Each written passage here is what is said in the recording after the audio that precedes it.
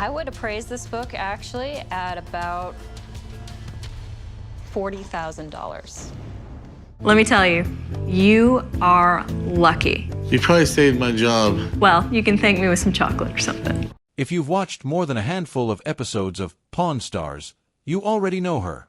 A customer walks in with a dusty old book, maybe a Bible, maybe a first edition, maybe something they found in a dead relative's attic, and Rick Harrison picks up the phone. Minutes later, a calm, sharp-eyed woman walks through the door, turns the pages with gloved hands, and in a few sentences either makes someone's day or breaks their heart. That's Rebecca Romney. For over a decade, she's been the show's rare book expert, and for most of that time, she was the only woman who appeared on Pawn Stars as a regular. But almost everything interesting about her happened off-camera, in a career that took her from a pawn shop in Las Vegas to the Washington Post bestseller list, and most fans never got the full story. Rebecca was born in 1985, and her birth name was Rebecca Angeline Engeet. She's talked in interviews about growing up in a household full of readers, describing her family as a family of scientists who read constantly, especially science fiction. That detail matters more than it seems, because it means her love of books didn't start with leather-bound first editions and locked glass cases. It started with paperbacks passed around a house that treated reading as a normal part of daily life, not a rarefied hobby. Nothing about that upbringing screamed future television personality, and nothing about it obviously pointed toward the rare book trade either. She was simply a kid who read a lot, in a family that read a lot, in a city that would later become the unlikely backdrop for her whole career. That city was Las Vegas, and the way Rebecca actually got into the rare book business is a lot less dramatic, and honestly a lot more relatable than most people assume. She wasn't groomed for it. She didn't grow up dreaming of appraising Shakespeare folios. In 2007, Bauman Rare Books, one of the most respected antiquarian book dealers in the country, opened a new location in Las Vegas, and Rebecca was hired to work there. Within a few years, she'd worked her way up, and by 2010 she had become the manager of that Las Vegas gallery. This wasn't a job she inherited or a family business she stepped into. It was retail work in a highly specialized field, the kind of job where you learn by handling thousands of books, asking questions, and slowly building an eye for what's real, what's valuable, and what's a very good fake. It was through that job that she crossed paths with Rick Harrison.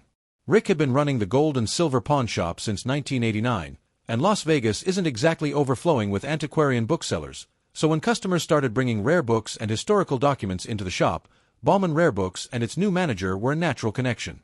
In 2011, during the 4th season of Pawn Stars, Rebecca made her first appearance as the show's rare book expert.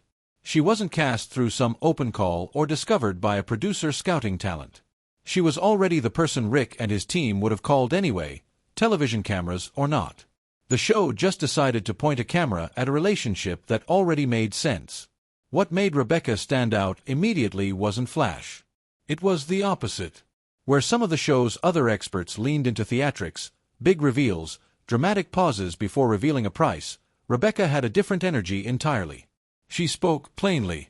She explained what she was looking at, whether it was foxing on old paper, the specific type of binding used in a certain era, or the way ink sat differently on a page depending on when it was printed.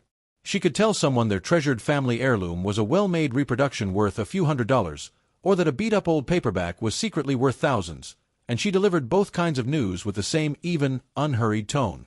Fans and critics alike started calling her the show's book lady, and for years she was one of the most requested experts whenever paper, ink, or old bindings showed up on screen. One of her real, documented appraisals gives a good sense of what she actually does on the show. In one episode, a seller brought in a journal connected to the Lewis and Clark expedition of 1804, the journey that mapped much of the vast western territory the United States had just acquired through the Louisiana Purchase. The seller wanted $16,000 for it. Rebecca examined it closely and pointed out that the journal had library markings on it, the kind of institutional stamps and catalog numbers that seriously damage a book's value to collectors, because it signals the item was once considered library property rather than a pristine, privately held artifact. Because of those markings, the item ultimately sold for a fraction of the asking price, around $4,200. It's a small story, but it captures exactly what makes her good at her job. She's not there to hype up an item or manufacture drama. She's there to tell people the truth about what they're holding, even when that truth is disappointing. For years, Rebecca was one of the most consistent faces among the show's rotating cast of specialists. She was also, notably, the only woman who held a regular recurring role as an expert on Pawn Stars, in a field of appraisers that skewed heavily male. That distinction mattered to fans, many of whom have said over the years that she was the reason they started paying closer attention to book collecting as a serious hobby rather than just something old people did with dusty shelves. Her segments had a specific appeal. Watching someone confidently explain why a particular typeface, a particular binding style, or a particular kind of paper placed a book in a specific decade felt like getting a free education wrapped inside a reality show. But around the mid-2010s, long-time viewers started to notice she wasn't showing up as often. There was no dramatic on-air goodbye, no announcement, just a gradual thinning out of her appearances. The real explanation had nothing to do with scandal or controversy. In 2016, Rebecca got married. Her husband, J.P. Romney, is an author and researcher, and through that marriage, she became distantly related by marriage to Mitt Romney, the businessman and politician who ran for president in 2012. It's a connection that sounds bigger than it actually is. Rebecca has been direct about this in interviews, making clear that despite sharing a last name with one of the more famous families in American politics, she has never actually met Mitt Romney. The relationship is real on paper, through marriage, but it has never translated into any kind of personal or professional closeness, and she's generally avoided leaning on the name for attention. The marriage is also the real reason her screen time dropped. JP is from Philadelphia, and after the wedding, Rebecca relocated there, moving from Bauman Rare Books' Las Vegas gallery to the company's Philadelphia location, where she took on responsibilities tied to acquisitions and cataloging rather than the day-to-day gallery floor work that had made her an easy, frequent guest for the show. Las Vegas is where Pawn Stars is filmed, so once she was no longer based there, her appearances naturally became occasional rather than routine. She'd still show up when she was in town, but the days of being a near-weekly presence on the show were over. It's a much more ordinary explanation than viewers speculating online tended to imagine, but it's the one supported by the record. A career move, a marriage, a relocation. Not a scandal, not a falling out, not a mysterious disappearance. Once she was in Philadelphia, Rebecca's career actually accelerated rather than slowed down. In 2017, she and JP published a book together called Printer's Error: Irreverent Stories from Book History. It's a collection of strange, entertaining, and often surprising true stories from the history of printing and publishing, covering things like forged editions, copyright battles, and the odd mistakes and controversies that have shaped how books get made and sold. The book paired Rebecca's hands-on expertise as a working book dealer with JP's skill as a storyteller, and it gave her something that reality television rarely hands anyone: credibility as a writer and historian in her own right, independent of her role on a cable show. Around this same period, she and JP also ran a short-lived book-focused podcast together called Biblioclast, giving her another outlet to talk about the material she'd spent a decade handling professionally. Rebecca also spent several years, from 2016 to 2019, working at Honey and Wax booksellers in New York, continuing her career in the rare book trade even as her television appearances became less frequent. It was during this stretch, in 2017, that she co-founded something that would end up mattering a great deal to the wider book collecting world: the Honey and Wax Book Collecting Prize. The prize awards money each year to a woman aged 30 or younger who has built the most interesting, original book collection, judged not by how expensive the books are but by how thoughtful and personal the collection is as a whole. Rebecca has talked about noticing a pattern in the collecting world, that plenty of women were passionate, serious collectors, but far fewer of them were comfortable calling themselves collectors or entering that world publicly.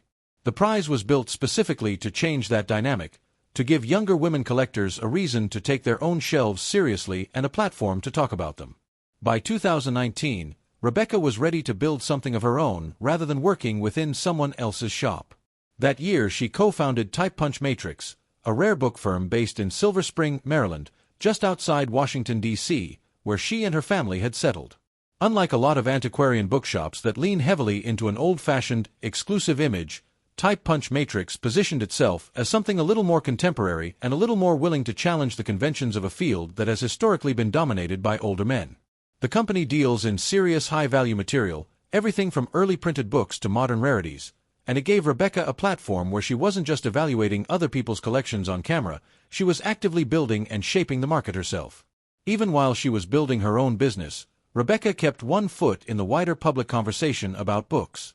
In 2019, she appeared in The Booksellers, a documentary that explored the world of rare book dealing in New York City, giving audiences outside of Pawn Stars a look at the same expertise that had made her a fan favorite on cable television, but in a more serious, industry-focused context.